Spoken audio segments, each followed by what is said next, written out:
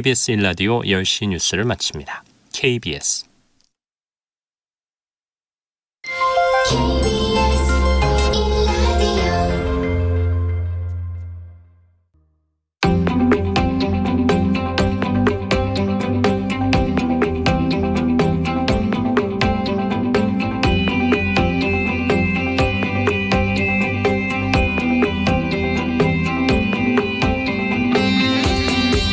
김성환의 시사야.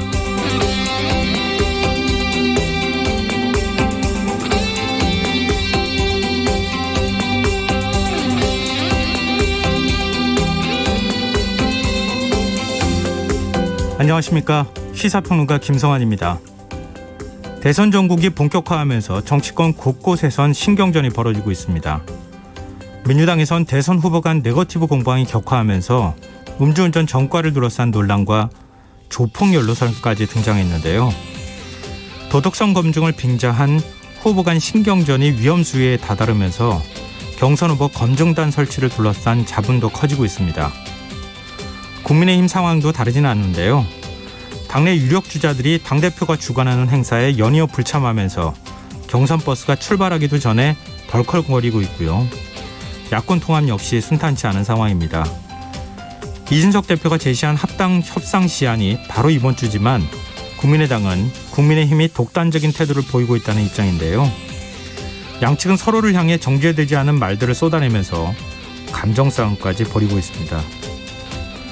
흔히들 2030 청년층 세대와 중도층의 표심을 대선 전국의 승부를 가를 변수로 꼽지만 지금의 정치권이 과연 유권자의 마음을 가져올 수 있는 준비가 되어 있는 것인지 의문이 듭니다. 정치권 상황 잠시 뒤 이어지는 뉴스야 외전에서 자세히 분석해 보겠습니다. 경기도 분당의 김밥 전문점 두 곳에서 식중독 환자가 대거 발생했습니다. 식약처는 전국 분식점 3천여 곳을 대상으로 현장 점검을 실시하기로 했는데요. 더 깊이 있게 들여다보는 인터뷰 시간에서는 식약처 관계자와 이야기 나눠보겠습니다. 김성환의 시사에는 청취자 여러분들의 관심과 참여를 기다립니다. 방송 내용과 관련해 의견이 있으신 분들은 문자 보내주십시오. 당첨된 분들께는 모바일 상품권 보내드릴 텐데요. 참여하실 번호는 샵9730이고요. 짧은 문자는 50원, 긴 문자는 100원의 이용료가 부과됩니다. 콩 게시판을 통해서도 무료로 참여하실 수 있고요. 콩 어플리케이션과 KBS 라디오 유튜브 채널을 통해서도 방송을 실시간으로 시청 또 참여하실 수 있습니다. KBS 라디오 김성환의 시사야. 그럼 지금 시작하겠습니다.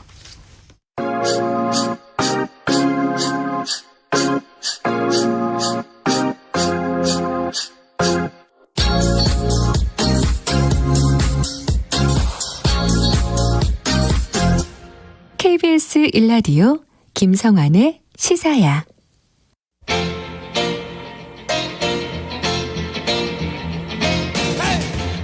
한 주 동안 있었던 뉴스 가운데 우리가 조금 더 깊이 들여다봐야 할 이슈를 짚어보는 시간입니다. 뉴스야 외전. 늘 저희 프로그램과 함께 하시는 두 분이시죠. 김민하 시사평론가, 배종찬 인사이트 K 연구소장 모셨습니다. 안녕하세요. 안녕하십니까. 네, 이 두 분이 같이 목소리를 내니까 목소리가 섞여서 청취자분들이 헷갈리실 것 같아요. 한 분씩 얘기를 해주시고 가시면 좋겠네요. 그렇죠. 그렇게 안 해도 우리 또 뉴스야 외전 분들은 뭐 다 이제는 분간이 가능하실 것 같아요. 물론 뭐 저희 애청자분들은 당연히 그러시지만요. 네, 우리야말로 원팀이니까. 네. 그렇죠. 안 싸우니까. 최고의 방송이죠. 네거티브 안 하니까요. 네. 오늘은 이 아주 공정한 경쟁이 될 수 있도록 해주셨으면 좋겠습니다. 네. 지금 말씀하신 분은 배종찬 인사이트 K 연구소장입니다. 김민하 평론가도 한마디 해주시죠. 네, 경쟁이라면 제가 져야죠. 네, 제가 지겠습니다. 저는 아름답게 지는 쪽을 선택하겠습니다. 네. 아니 이렇게 되면 네, 말씀하세요. 저를 영원히 잠재우는 거죠. 이런 식으로 나오면 안 되죠. 아니 이런 대선 후보 왜 없습니까? 그러니까요. 왜 안 나오는지 모르겠네요. 실력상으로는 우리 김민하 평론가가 최고죠. 대한민국에서. 저는 뭐 따라갈 뿐입니다. 네. 그러면 저는 이제 여론조사 이런 수학이 안 되기 때문에 적당히 하세요. 네, 사실은 전부 다 감으로 얘기하는 거거든요. 과학적이지 못한 이런 얘기들을 하고 있습니다. 배종찬 소장이 그렇게 하시면 안 돼요. 네. 진 거예요. 왜요? 후보들 간이 이렇게 하는데 그렇게 얘기하면 지는 거죠. 품격 있게. 지는 게 이기는 거죠. 품격 있는 토론을 기대하겠습니다. 자, 뭐 이 국민의힘하고 국민의당 간 합당 협상 이거부터 얘기해야 되는데 이 두 분이 지금 방금 전에 보여주신 것처럼 네. 양측에서 신경전이 뭐 대단해요. 이런 상황 어떻게 보십니까? 이 합당이 가능하겠습니까? 저는 이렇게 가면 합당도 힘들어지고 합당이 된다고 하더라도 시너지 효과가 있을까요? 그러니까 합당이라는 건 뭐냐면 시너지가 오히려 더 큰 문제가 될 수 있겠네요. 서로 다른 두 정치 세력이 하나의 가족이 되는 거잖아요. 네.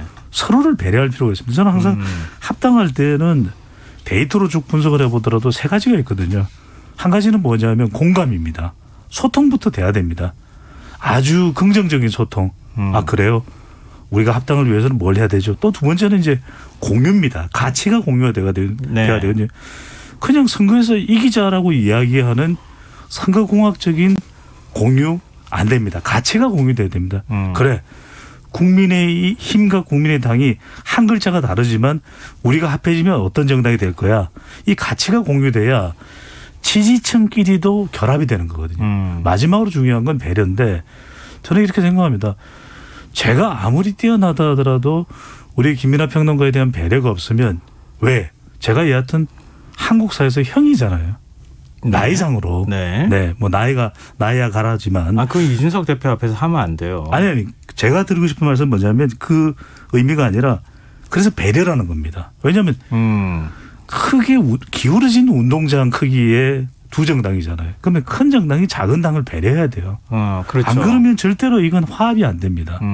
저는 공감, 공유, 배려가 되지 않는다면 그건 감정의 골만 깊어질 뿐이죠. 네. 김민하 평론가 어떻게 보세요? 일단 명분과 실리라는 측면에서 합당이 어려워졌죠. 왜냐하면 첫 번째로 이제 뭐 실리를 말씀드리자면 어쨌든 이 합당의 결과가 안철수 이 대표와 국민의당에게도 유리한 뭔가가 있어야 되는데 지금 이제 그럴 수 있는 협상의 어떤 조건들이 이제 마련이 안 되고 있고 그리고 안철수 대표 입장에서 국민의힘으로 들어가서 예를 들면 좀 지지율이 낮은 당내 후보들하고 서로 이제 경쟁을 해가지고 대선 주자로서 뭔가 두각을 나타낼 수 있는 그런 환경이다라고 하면 불리한 여건에도 불구하고 들어갈 수 있을 텐데 지금 이제 그런 조건이 아니게 되지 않았습니까? 그렇기 때문에 이제 그냥 들어가기 어려운 그런 조건이 이제 됐기 때문에 실리적으로 어렵고 그다음에 명분상에 있어서도 안철수 대표가 분명히 이제 지난번에 재보선 할 때는 얘기했어요. 선거 결과와 관계없이 합당을 할 것처럼 얘기를 했는데 지금 그거를 이제 계속해서 이제 차일피일 미루고 여러 가지 협상 조건을 달아서 협상에 대해서 이제 좀 이렇게 적극적이지 않은 방식으로 나오고 있기 때문에 이준석 대표 입장에서도 그러면 이제 이것을 어떻게 할 것이냐 상당히 방법이 없는 게 사실입니다. 그래서 이런 명분과 실리 양쪽에서 합당이 어려워진 국면이 있는데 하지만 문제는 그렇다 할지라도 정권 교체까지 이제 정권 교체의 어떤 시도까지 가는 어떤 과정에서는 여전히 중요한 플레이어거든요. 국민의당하고 안철수 대표가.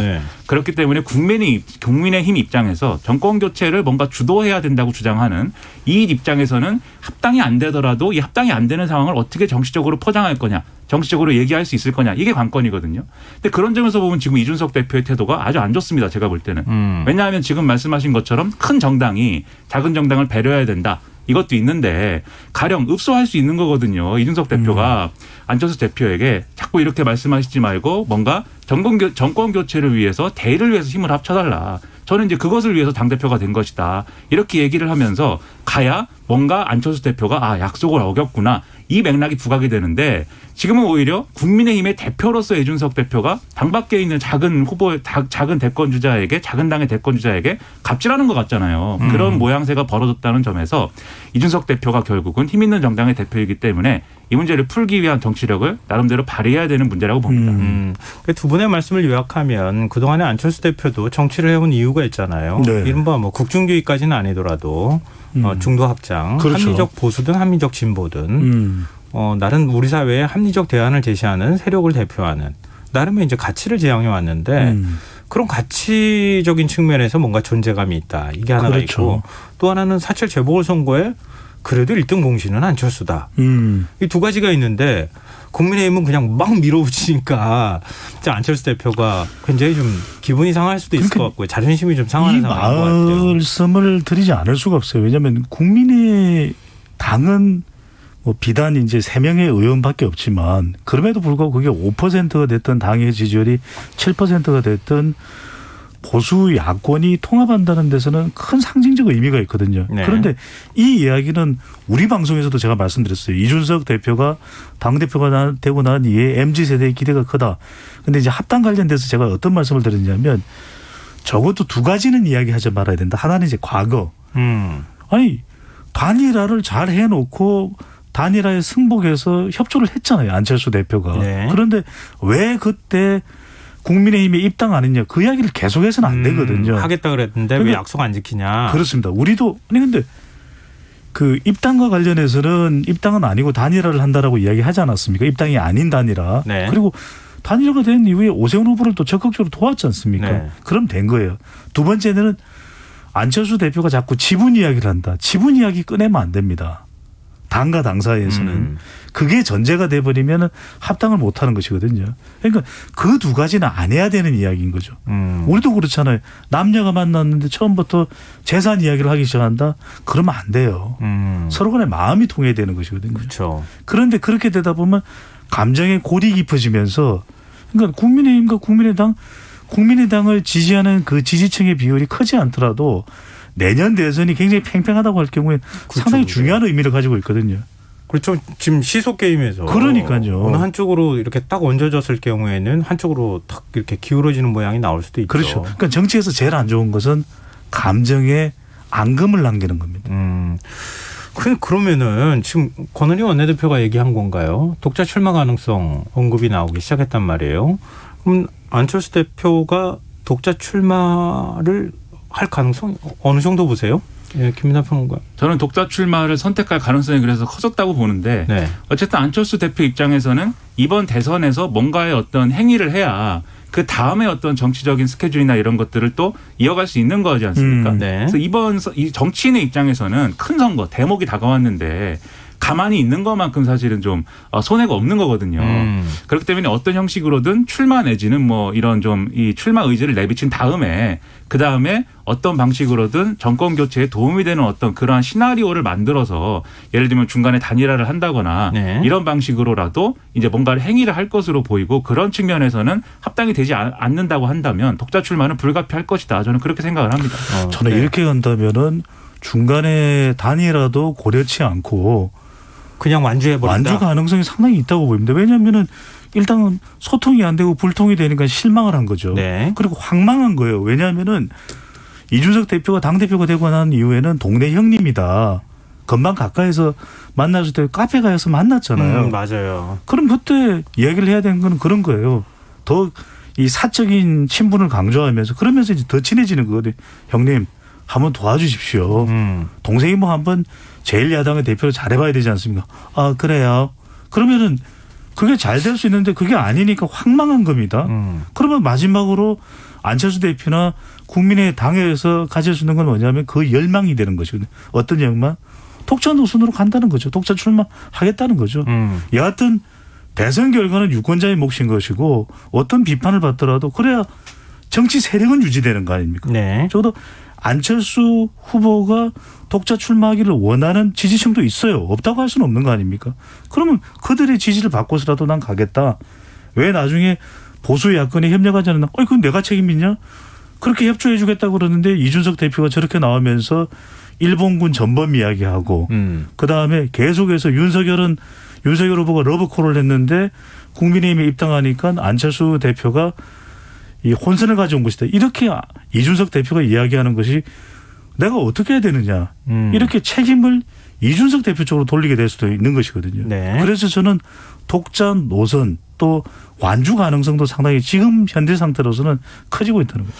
그렇게 되면 이준석 대표의 지금의 태도가 패착이 될 수도 있는 건데 뭐 예를 들어서 국민의힘이 지금 이제 반문연대 뭐 그런 기치 아래 후보들을 다 지금 끌어모은 거 아니에요?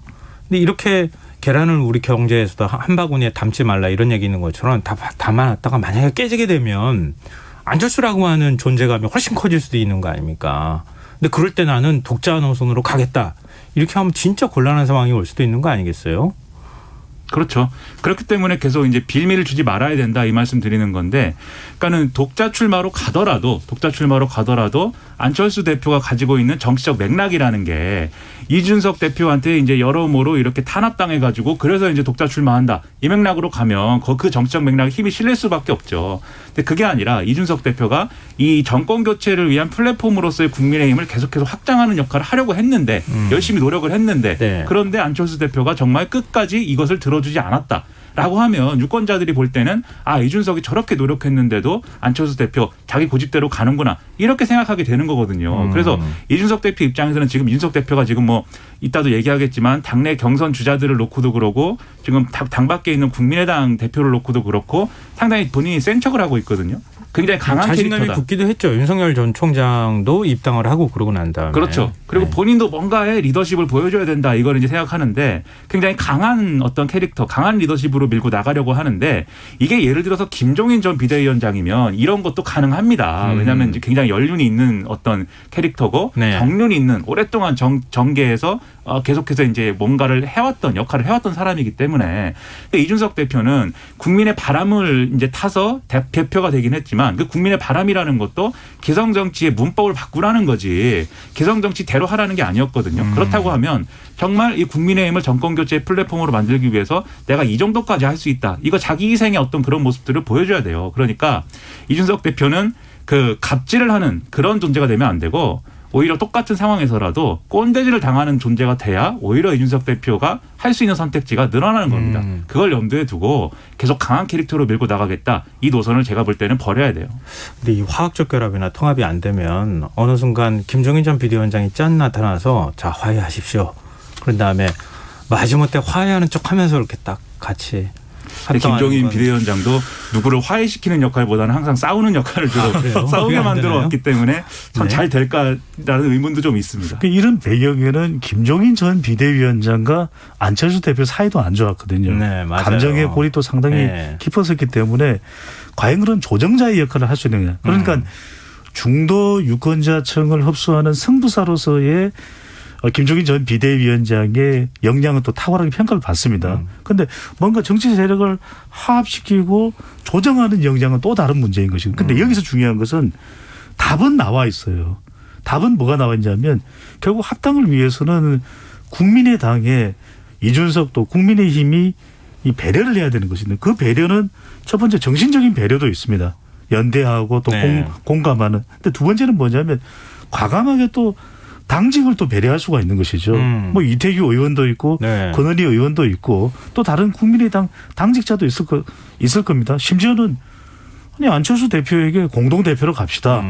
또 당신에게는 이번에 정권 교체에 기여를 한번 해달라. 그러고 나면은 꼭 대선 후보로 안 나가더라도 그다음에 또 당신에게 기여. 이건 엄청난 배려거든요. 네네. 이미 어려운 이 당대표 선거를 통해서 30대 당대표가 됐는데 이준석 대표가 안철수 대표님 공동대표로 가시죠. 이건 엄청난 파장과 파급 효과가 있을 거예요. 네. 세 번째는 뭐냐면 공존입니다. 그러니까 오히려 더 아까도 말씀드렸지만 국민의당의 규모에 비해서는 더 많은 배려를 하는 거예요. 네. 그렇게 되면 국민의당 지지층이 보기에 내가 중도인데 국민의당을 지지하는 중도인데 저 정도면 우리가 국민의힘을 지지해 볼 수 있을까? 이런 선까지도 판단이 가능해지는 거죠. 지금 불안한 요인들에 대해서 많이 얘기를 해주셨는데 이준석 대표 앞에 놓인 또 산이 하나 생겼어요. 지금 이준석 대표가 야심차게 뭐 봉사활동이나 이런 것처럼 후보들을 이제 쫙 모아가지고 자 우리 한번 이렇게 원팀으로 출발해 봅시다. 이런 좀 그림을 만들려고 했던 의도가 보이는 것 같은데 행사 준비했는데 어떻게 약속이라도 한 듯이 지지율 높은 후보들만 쏙 빠졌어요. 지금 연이어 2차례 지금 행사에 지금 불참했거든요. 이준석 대표의 리더십이 좀 흔들리는 거 아니냐 이런 평가에 대해서는 어떻게 보십니까? 그러니까 그 봉사 활동에 주요 이제 대권주자들이 참여하지 않았다. 이 상황 자체는 그런 상황이 있을 수도 있을 것 같다는 생각은 들어요. 왜냐하면 이제 여러 가지 일정 요일이나 이런 것들이 어려웠을 수 있고 또 각 대권주자들이 뭐 누구는 휴가를 갔다고 하고 누구는 이제부터 휴가를 시작한다고 하고 뭐 이런 여러 가지 상황 그리고 최재형 전 감사원장의 경우에는 그날 또 이제 출마 선언 뭐 이런 걸 하기 때문에 네. 그래서 이제 배우자가 참여하고 뭐 이런 맥락들이 있지 않습니까? 그래서 그 상황은 있을 수 있는 일이라고 생각하는데 근데 이 유력 대권주자들이 그 다음에 이제 경선 준비가 하는 회의에도 안 오고 계속해서 이제 뭔가 이준석 대표를 중심으로 한 당의 지도부가 뭔가 지도하는 추진하는 그러한 일정들이 안 오는 것 같은 모양새를 계속 연출하고 있거든요.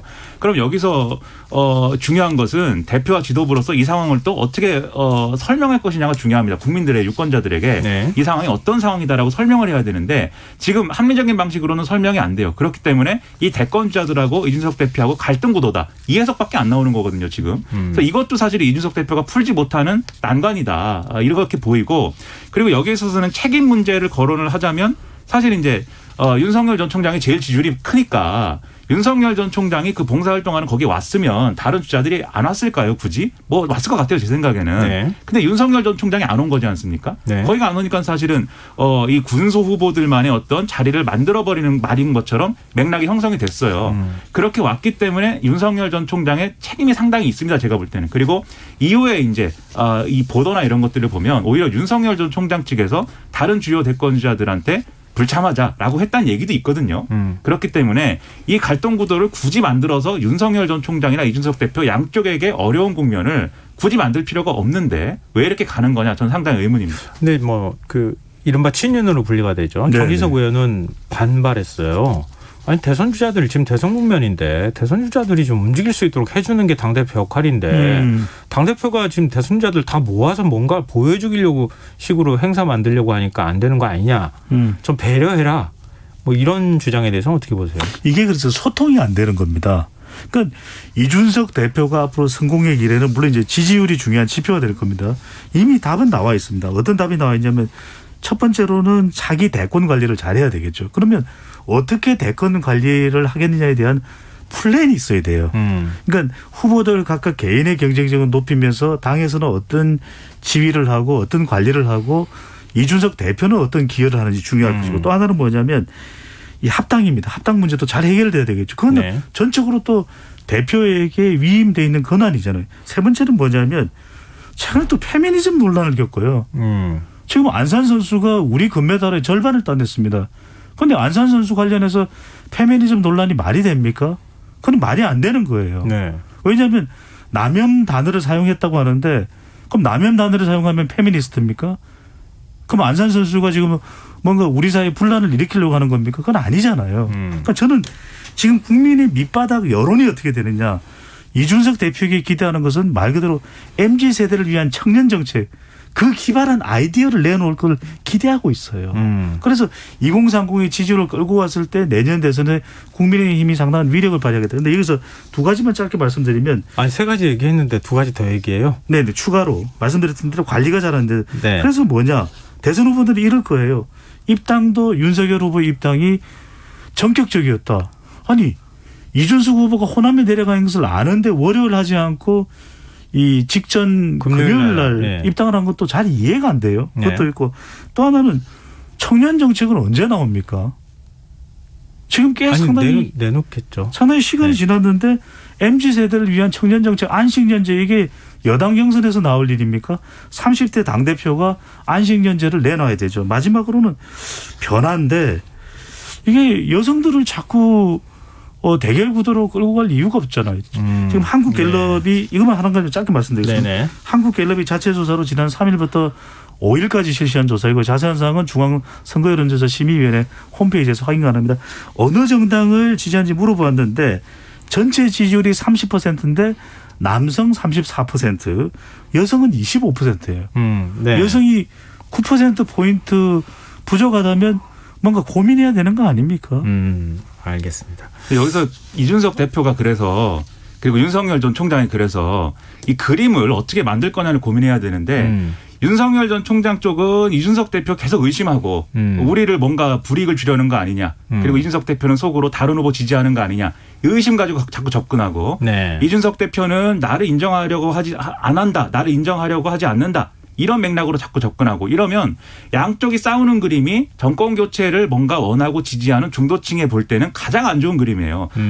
둘이 힘을 합치는 그림이 제일 좋은 그렇죠. 그림이고 둘이 힘을 합쳐가지고 국민의힘의 원래 기득권에 맞서는 그림이 제일 좋은 그림이고 그게 아니라 둘이 싸우고 있다. 이게 제일 안 좋은 그림이기 때문에 이준석 대표 입장에서 제가 볼 때는 여기도 읍소할 필요가 있어요. 네. 제가 이렇게 잘해보려고 한 것이지 다른 의도가 있는 것이 아닌데 너무 이렇게 하지 말자. 그리고 처음 스타트를 같이 하고 나면 충분히 여러분이 할 수 있는 어떤 역할을 하게 해줄 수 있다. 이렇게 접근해야 되고 윤석열 전 총장도 돌고래와 멸치가 생태가 다르다. 그럼 다른 후보들이 멸치가 되는 것이고 다른 후보들을 공정하게 대접해줘야 되는 이준석 대표 입장에서는 뭐라고 하겠습니까? 거기다 대고. 네네. 그러니까 이런 접근을 하지 말아야 되는 거다. 저는 그렇게 봅니다. 네, 알겠습니다. 지금 여러분께서는 KBS 라디오 김성환의 시사를 듣고 계십니다. 뉴스의 외전 김민아 시사평론가, 배종찬 인사이트 K연구소장 두 분 패널과 함께하고 있습니다. 이제 앞서 얘기 나온 거에 뭐 연장선이기도 하고 조금 더 진일보한 한 발 더 들어간 얘기가 될 수도 있을 것 같은데요. 오늘 나온 갤럽 여론조사에서 윤석열 전 검찰총장 지지율이 5개월 만에 20% 밑으로 떨어진 것으로 나타났습니다. 이 지지율 조사한 걸 좀 간단하게 말씀드리면요. 이재명 경기지사가 25%, 윤 전 총장이 19%를 기록을 했습니다. 이번 조사는 지난 3일부터 5일까지 사흘 동안 전국 성인 남녀 1,001명을 대상으로 차기 정치 지도자 선호도를 자유응답 방식으로 조사를 했습니다. 자세한 내용은 중앙여론조사 심의위원회 누리집을 참고하시면 됩니다. 지금 이제 지지율이 사실 20% 위에 있느냐 그렇죠. 아니면 네. 20%가 깨지느냐 이건 굉장히 중요한 사안이잖아요. 이 결과에 대해서 어떻게 보십니까? 저는 한국갤럽 이 자체 조사의 차기 대권 후보 지지도 조사 특성을 조금 먼저 이해를 할 필요가 있을 것 같아요. 다른 조사는 후보자의 보기를 불러줍니다. 그런데 이 한국갤럽 조사만큼은 후보자의 이름을 안 불러줘요. 네. 이게 어떤 차이가 있냐면 자기가 뚜렷하게 지지한다라고 판단이 서지 않을 때는 후보의 이름을 이야기하지 못할 수도 있다라는 겁니다. 그만큼 적극적 지지 의사를 갖고 있는 사람이 지지하는 사람들이 한다. 큰 변화가 없었겠죠. 그런데 조금 느슨하게 지지를 해왔던 사람들의 영향이 더 컸다라는 것을 알 수 있는 것이죠. 이름을 대지 못했다는 것이고. 네. 그러니까 사람들이 이름을 대지 못하는 이유는 뭡니까? 뭔가 불안한 거예요. 뭔가 의심적인 거예요. 네. 그러니까 윤석열 후보가 입당을 하면서 그동안 입당의 불확실성은 해소됐습니다. 그러다 보니까 이른바 6대 국 지지율은 반등을 했어요.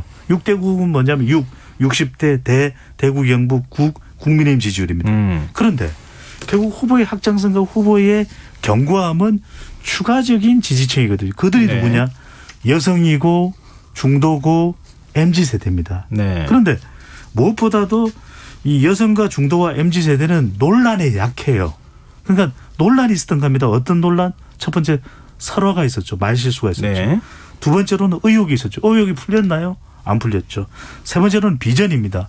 그러니까 결과적으로는 문재인 정부를 비판하는 것은 어떤 후보든 다 할 겁니다. 심지어는 여당 후보도 할 수 있죠. 이건 좀 바꿔야 됩니다. 그런데 우리 유권자들이 듣고 싶은 것은 대안이에요. 그러면 당신은 어떻게 하겠다는 거냐? 그 이야기를 누구한테 유력 후보한테는 듣고 싶다는 겁니다. 네. 그러니까 이재명 후보의 지지율도 갇혀 있는 것이 아직까지 대안이 잘 안 나와요. 뭐 기본소득 등등 나오지만, 근데 윤석열 후보는 보수 야권의 거의 지금 유일한 가장 우뚝 서 있는 유력 후보잖아요. 네. 그 이야기를 듣고 싶은데 그 이야기가 안 나오면서 논란이 길어지니까 그 타격을 받고 있는 것이죠. 네. 좀 여론조사 내용을 조금 더 전해드리면 논의가 좀 더 풍부하게 이루어질 것 같은데요. 네. 이재명 지사는 한 달 전보다 1%포인트 오른 25%, 윤 전 총장은 6%포인트가 떨어진 19%를 기록을 했고요. 윤 전 총장은 총장직에서 사퇴한 직후인 올해 3월 선호도에서 24%를 기록했는데 지금 5개월 만에 20%대가 무너진 것이고요. 네. 이낙연 전 대표는 한 달 전 6%에서 2배 가깝게 뛰면서 11%를 기록했고요. 최재형 감사원장은 4%, 홍준표 의원은 2%, 안철수 대표, 추미애 전 장관, 정세균 전 총리가 각각 1%를 기록을 했습니다. 근데 여기에서도 또 발견할 부분들이 좀 있어요. 의미심장한 대목이. 일단 윤 전 총장과 관련되는 얘기를 김민하 평론가가 이어주시면서 여기서 좀 더 분석할 부분들이 있으면 말씀해 주시죠. 그러니까 윤석열 전 총장이 국민의힘에 들어간 것까지는 뭐 그렇구나 사람들이 이렇게 봤지만 그다음에 지금 배 소장님 말씀하신 것처럼 정권 교체를 위해서 국민의힘과 그다음에 지금의 이제 보수 정당 야당들이 뭘 어떻게 해야 되느냐, 어떻게 변화해야 되느냐 이 메시지를 사실은 기대한 측면이 있을 거예요. 근데 그런 메시지가 아니라 사실은 지금 있는 국민의힘에 들어가서 똑같은 초록이 동생인 모습으로 가려고 하는 듯한 그런 모습이 보였거든요. 첫째로. 네. 그런 모습들이 국민의힘에 들어가서 오히려 본인의 어떤 처벌할 수 있는 그러한 장점들을 보여주지 못하는 상황으로 간 것이다. 저는 이렇게 보고 그리고 두 번째로 이제 말씀하셨듯이 설화 문제가 있고 여러 가지 불안감을 오히려 증폭시키는 본인 후보발 문제가 있었는데 이거에 대해서 또 제대로 대응하지 못했거든요. 그러니까 사실은 지지율이 떨어질 수밖에 없는데 근데 여기서 재미있게 볼 수 있는 부분은 지금 말씀하셨듯이 이낙연 전 대표는 왜 오르냐 이런 부분들이 좀 있죠. 네. 이게 다른 부분에서 예를 들면 이재명, 이낙연 경쟁 구도에서 이게 같은 여당 후보들이니까 여당 후보들이 서로 뭐 이렇게 계속 지지율을 제로섬 게임으로 나눠 가지는 국면이다. 네. 이렇게 보면 뭐 한쪽이 내려가면 한쪽이 오르고 뭐 그럴 수 있는데 지금 보면은 그런 국면이 아니거든요. 네. 그러니까 이낙연 전 대표가 이재명 지사에서 떨어진 지지율을 뭐 흡수했다거나 이런 게 아니에요. 이 그림이. 오히려 윤석열 전 총장이 떨어진 지지율을 일부 흡수한 거 아닐까. 이건 물론 이제 응답자들을 다 추적조사해야 정확하게 나오는 얘기지만 네. 숫자만 보면 이제 그러한 의심도 할 수 있는 부분이 있어요. 그래서 이거 같은 경우에는 역시 중도층이 계속해서 좀 이렇게 마음이 흔들리고 있는 부분들을 보여주는 그런 상황이다라고 볼 수가 있는 것이죠. 네. 결국 윤석열 전 총장이 지금 국민의힘에 들어가서 중도층을 잡을 수 있는 전략을 이제 갖고 와야 되는데 그게 아닌 게 지금 상황을 만들었다라고 봐야 되는 겁니다. 네. 배 소장님이 조금 더 분석할 내용이 혹시 있으세요? 없으시면 네. 최재형 전 감사원장 얘기로 좀 넘어가고요. 네. 근데 지금 이제 윤 전 총장의 지지율이 만약에 떨어졌다. 그게 보수층 지지율이다. 이렇게 가정을 한번 해보죠. 그럼 보수층 지지율이 어디 가는 게 아니란 말이에요. 그러면 다른 후보한테 뭐 윤 전 총장은 뭐 설화 때문에 뭐 실언이라고도 표현하지만 그런 것 때문에 마음에 안 들어. 그러면은 최 전 원장 쪽으로 가져야 된단 말이에요. 최 전 원장이 대선 출마 기자회견 할 때 가족들이 모였을 때 애국가 막 4절까지 부르는 모습. 네. 오늘 또 며느리들이 성명까지 발표하지 않았어요. 나라를 위해서라면 애국가 뭐 1000번, 10,000번 다 부를 것이다. 이렇게까지. 사실 국가주의, 전체주의 논란 때문에 의식해서 이제 그런 입장까지 나왔는데요. 근데 보수층에서 바라볼 때는 또 어찌 보면 가슴을 좀 뜨겁게 할 만한 얘기이기도 하거든요. 그렇죠. 근데 최 전 원장 지지율은 왜 안 오르는 겁니까? 결과적으로는 최재형 후보의 경우에는 윤석열 후보와 무관할 수가 없는 겁니다. 그러니까 최재형 후보는 윤석열 후보가 입당하지 않고 불확실성이 확대되었을 때는 지지율이 의미 있는 폭으로 올라갔었거든요. 네. 그런데 윤석열 후보가 입당하니까 또 윤석열 후보 쪽으로 관심이 쏠리는 거예요. 그러니까 네. 유권자가 볼 때는 보수 야권 쪽에서는 가장 중요한 것은 정권 교체의 경쟁력을 가지고 있느냐, 본선 경쟁력. 아직까지는 윤석열 후보가 더 있다고 보는 것이죠. 네. 그것을 확인할 수 있는 것이 60대 이상의 지지율과 대구 경북의 지지율, 국민의힘. 특히 이제 윤석열 후보가 국민의힘 지지를 많이 받는 이유가 결국 본선 경쟁력 때문이겠죠. 반문 정서를 기반으로 네네. 하고 있는 것이니까. 그렇다면 최재형 후보의 경우에는 결국 대선 후보는 지역 기반, 세대 기반, 이념 기반을 가져가야 되는 것이거든요. 그러니까 네. 단순히 윤석열 후보가 흔들렸을 때 가져오는 지지율은 반사이익이잖아요. 그렇다면 인지도도 더 끌어올려야 되는데 아직까지는 인지도도 좀 제한적이고 지역 기반도 보면은 PK 출신이라고는 하지만 PK 기반이 있는 건 아니거든요. 여전히 그 부분이 취약한 것이고 네. 세대 기반으로 보더라도 60대 이상의 일부 지지율은 나오는데 아직 그 지지율이 뭐 20대 보수나 이런 곳으로까지 이런 대상으로까지 확대되지 않는 것. 마지막에 정통 보수의 지지는 받고 있는데 이것이 좀 더 애국가 사절 그러면 애국심으로 짠해지거든요. 네. 하지만 보수가 애국가 사절을 기억할 수 있는 사람만 보수는 아니잖아요. 그러니까 좀 더 확장된 보수의 영역까지는 미치지 못한다고 볼 수가 있는 거죠. 그러니까 이 얘기를 좀 정리를 하면 네. 윤석열, 최재형 두 사람을 국민들이 지지한다라고 얘기할 때는 네. 윤석열, 최재형 두 정치인에 대해서 너무 잘 알기 때문에 지지하는 게 아닙니다. 정치인의 모습 중에 저 부분이 마음에 들어서 지지하는 게 아니에요. 정권 교체를 할 수 있을 것 같은, 그러니까 국민의힘 후보로는 못할 것 같은데 저 사람들로는 할 수 있을 것 같았기 때문에 이제 지지한다고 얘기를 한 거였는데 네. 최재형 이제 전 감사원장 같은 경우에는 여기에 덧붙여서 윤석열 전 총장이 국민의힘에 안 들어오거나 또는 이제 낙마할 수 있기 때문에 그렇기 때문에 최재형 같은 사람이 대안이 될 수 있다라고 늘 얘기를 했기 때문에 또 지지한 측면이 맥락이 하나가 있고 예. 그다음에 뭔가 정권 교체할 사람이 필요한데 윤석열로는 만족이 안 된다. 윤석열 전 총장에 대해서는 뭔가 아무튼 과거에 전직 대통령을 수사해서든 뭐든 간에 만족이 안 되기 때문에 지지 못하겠다. 이 두 가지를 가지고 지금 어쨌든 지지율을 유지해온 거란 말이에요. 근데 윤석열 전 총장이 입당을 했잖아요. 그렇기 때문에 더 이상 최재형 전 감사원장이 치고 올라갈 틈이 이제 없어지는 거죠. 그런 면에서 보면은 이 방금 말씀하신 이제 며느리들이 뭐 이렇게 우리는 뭐 그렇게 불편한 마음이 아니었다. 이렇게 입장을 내지만 그 정치인 최재형의 이제 어떤 이 여러 가지 요소들을 이제는 국민들이 평가하려고 보면 사실 집안에서 그 시아버지가 애국가 부르자는데 그리고 지금까지 이제 불러왔다는데 네. 며느리들이 뭐 기쁜 마음으로 뭐 다 그랬겠습니까 사실. 좀 아니 그랬다고 지금 얘기를 했어요. 그러니까 그렇죠. 그건 개인적인 추정이니까. 그렇죠. 이게 추정을 네. 말씀드리는 네. 겁니다. 그러니까 며느리들이 그러니까 유권자들이 볼 때 기분 좋은 유권자들도 있겠지만 이렇게 의문을 갖는 유권자들도 분명히 있단 말이에요. 저 며느리들이 입장 냈다고 하는데 과연 진심이겠느냐. 논란이 계속 이어질 수 있는 내용들을 가지고 있습니다. 근데 여기서 좀 제가 우려가 되는 것은 최재형 전 감사원장이 이런 식으로 굉장히 우측으로 쭉 가잖아요. 결국은 네네. 어떤 네. 요소든 간에. 윤석열 전 총장도 마찬가지로 국민의힘 입당 이후에 중도를 끌어오는 게 아니라 조직 장악을 위해서 우측으로 또 가고 있어요. 두 후보가 다 우측으로 가면 정권 교체는 누가 하는 거냐, 중도층을 누가 끌어와서 누가 하는 거냐, 여기에 의문이 상당히 커질 수가 있기 때문에 사실은 불안 요소가 계속 커지고 있는 겁니다. 네. 저 오늘 국민의힘 얘기만 해도 좀 시간이 모자랄 것 같은데요. 일단은 국민의힘은 당대표와 대선 주자 간에 미묘한 갈등이 있고 그리고 대선 주자가 들어가네 어찌 보면 개인기 차원에서 문제가 좀 발생한 측면이 있다. 이렇게 봐야 된다면 이제 민주당 얘기로 넘어가면 네. 대선 주자들 간에 너무 심하게 네거티브 경쟁을 하고 너무 싸우는 심해요. 모습이 네. 나타나서 오히려 좀 문제가 되는 상황이고요.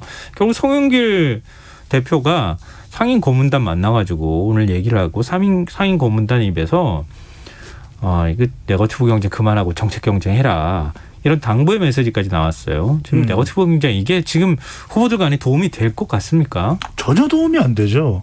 그러니까 일각에서는 심지어는 더불어민주당 의원들 중에서도 일부는 이런 후보들 간의 검증이 본선에 가기 전에 당내 경선에서 이루어지는 것이 효과적이다, 의미 있다 이렇게 이야기를 하기도 하고 또 경선인단 모집도 활발하게 늘어나는 걸 보면은 그만큼 관심을 보는 것이 이런 이야기를 하고 있는데 이게 하나는 알아도 둘은 모르는 이야기인 것이 이게 과열됐다고 해서 경선인단이 많이 모집되는 것이 아니라 그만큼 서로에게 유리한 국면을 만들기 위해서 치열한 경쟁이 벌어지고 있는 것이거든요. 네. 문제는 뭐냐면 상대방이 없을 때는 그게 괜찮을 수 있는 것이죠.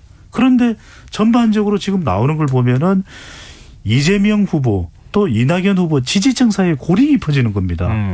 어떤 여론의 반응이 나오냐면 이재명 후보가 최종 후보가 되면 이낙연 후보 지지층들에서는 난 지지 못하겠다.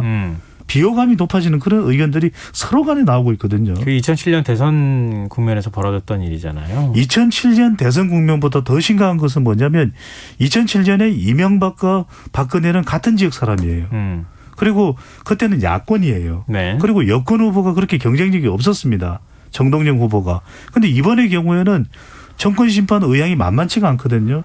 이런 구도에서 이른바 내하 파상이라는 거예요. 내하. 네거티브는 지지율이 하락하고 파지티브는 지지율이 상승하는 거거든요. 그러니까 이게 정책이나 좀 서로 간의 정책적인 경쟁을 통해서 파지티브한 걸로 얼마든지 경쟁할 수 있습니다. 부동산 정책이 됐든 아니면 청년 정책이 됐든 그게 아니라 소 잡는 칼, 닭 잡는 칼 이후에 지금 조폭 논란도 나오고 있거든요. 이건 아닌 거죠.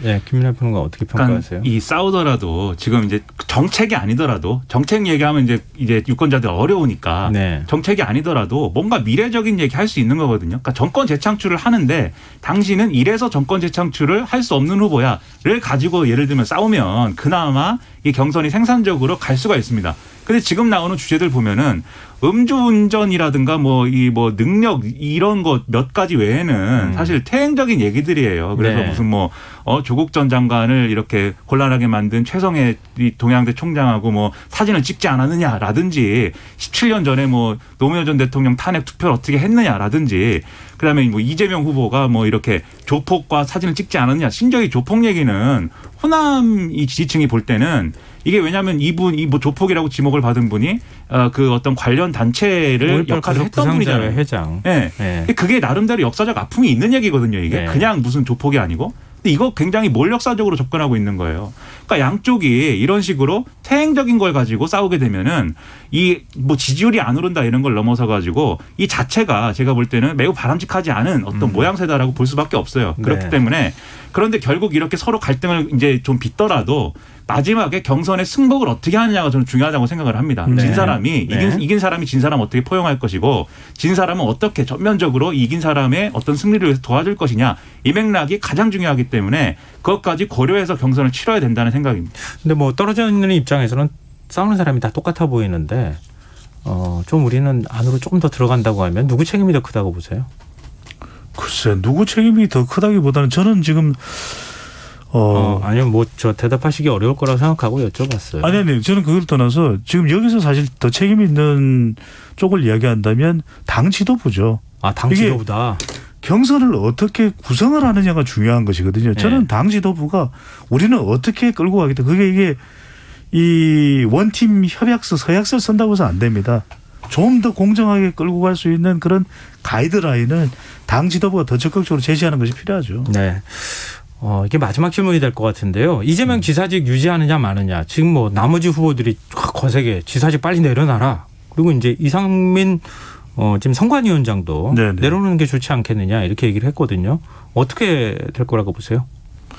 뭐 김민하 평론가부터 먼저 말씀하실래요? 뭐 이재명 지사는 절대로 지사직을 지금 내려놓을 입장은 아니기 때문에 지사직을 안 내려놓을 거라고 보지만 뭐 좀 시간이 지나면 8월 지나고 9월 10월 되면은 뭐 내려놓게 되겠죠 이제 뭐 결론이 나면. 그래서 지금 당장은 안 내려놓는다고 보고 그리고 경선 과정에서 굳이 이제 지사직을 내려놓을 필요까지는 없다고 봅니다. 다만 지금 그냥 평상시대로 계속 갔으면 그래도 되는데 지금 자기가 이 논란에 불을 스스로 지핀 측면이 있어요. 그러니까 재난지원금을 경기도민에게는 100%로 주는 쪽으로 경기도 예산을 들여가지고 그걸 만들겠다. 이걸 얘기를 한 거잖아요. 그럼 여기서부터 당연히 상대 후보들에는 그게 뭐냐 이게 지사직 사퇴해야 되는 거 아니냐라는 반응이 나올 수밖에 없는 거고 그렇게 하는 정책 자체도 사실은 의문인 부분이 있거든요. 네. 예를 들면 경기도에서 특별히 어려운 어떤 자영업자가 있다든지 이런 부분이 있어서 경기도가 추가로 재정을 지출하겠습니다. 이러면 이제 괜찮은데 네. 그게 아니라 중앙정부와 정치권이 합의해서 88% 주기로 한 거에 12%는 경기도에 한해서는 하겠다. 이거는 이제 곤란한 부분이 있기 때문에 이재명 기사가 촉발한 측면이 있다는 점에서 좀 점검을 해봐야 됩니다. 네, 배종찬 소장. 저는 명백한 기준이 있다고 봐요. 이거는 네. 왜냐하면 경기지사를 계속 유지하느냐 마느냐는 선거법이 있잖아요. 그리고 경선 규칙이 있지 않습니까? 그리고 지금 8월인데 10월 10일 되면 후보 결정돼요. 네. 그때 가서 거치 결정을 하면 되는 거지.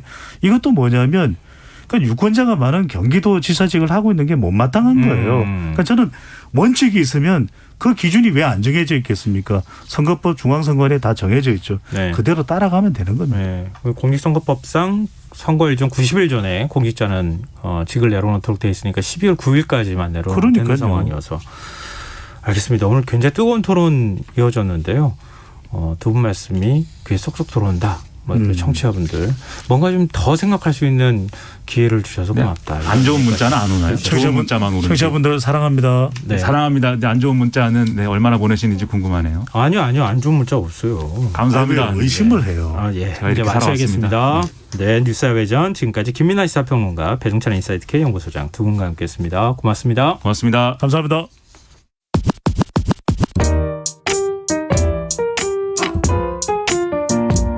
김성환의 시사야는 청취자 여러분의 참여를 기다립니다. 문자 샵 9730으로